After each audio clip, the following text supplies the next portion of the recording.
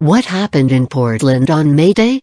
By Glavin 16 on May 19, 2017. This is a Left Press newscast. This May Day in Portland, Oregon, about 1,500 people rallied and marched against capitalism, racism, and colonialism, including immigrant families, undocumented folks, people with disabilities, and working families with kids.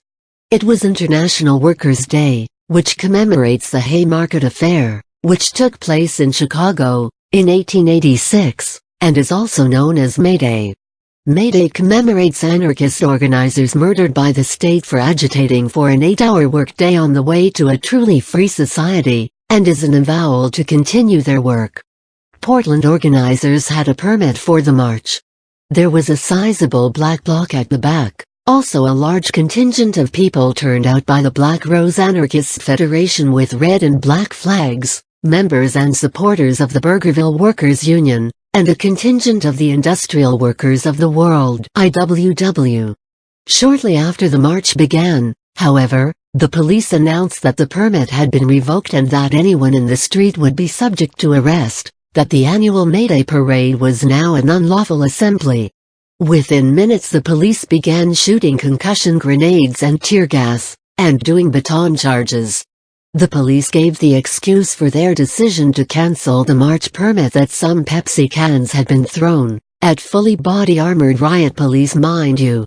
Needless to say, with the police threat, all hell broke loose, with families struggling to understand what was going on and escape the police attack. In response to this, some corporate windows were smashed, a police SUV was destroyed, and a bonfire was lit in the middle of a downtown intersection as a distraction to allow people to safely escape the police assault, which resulted in the police declaring it a riot. About 25 people were eventually arrested, with most facing disorderly conduct misdemeanor charges, and a couple of juveniles charged with riot. 3 days later a man was also formally charged with riot, arson and criminal mischief. In response to these events, the Oregonian, Oregon's largest paper, ran a piece by their own editorial board calling anarchists parasites and punk fascists, blaming them rather than the police for what happened.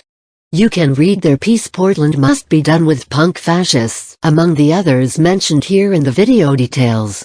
May Day organizers refused to go along with this anti-anarchist agenda, and its divide and conquer, good protester/bad protester strategy, staying focused on condemning the police violence, and not throwing anarchists under the bus.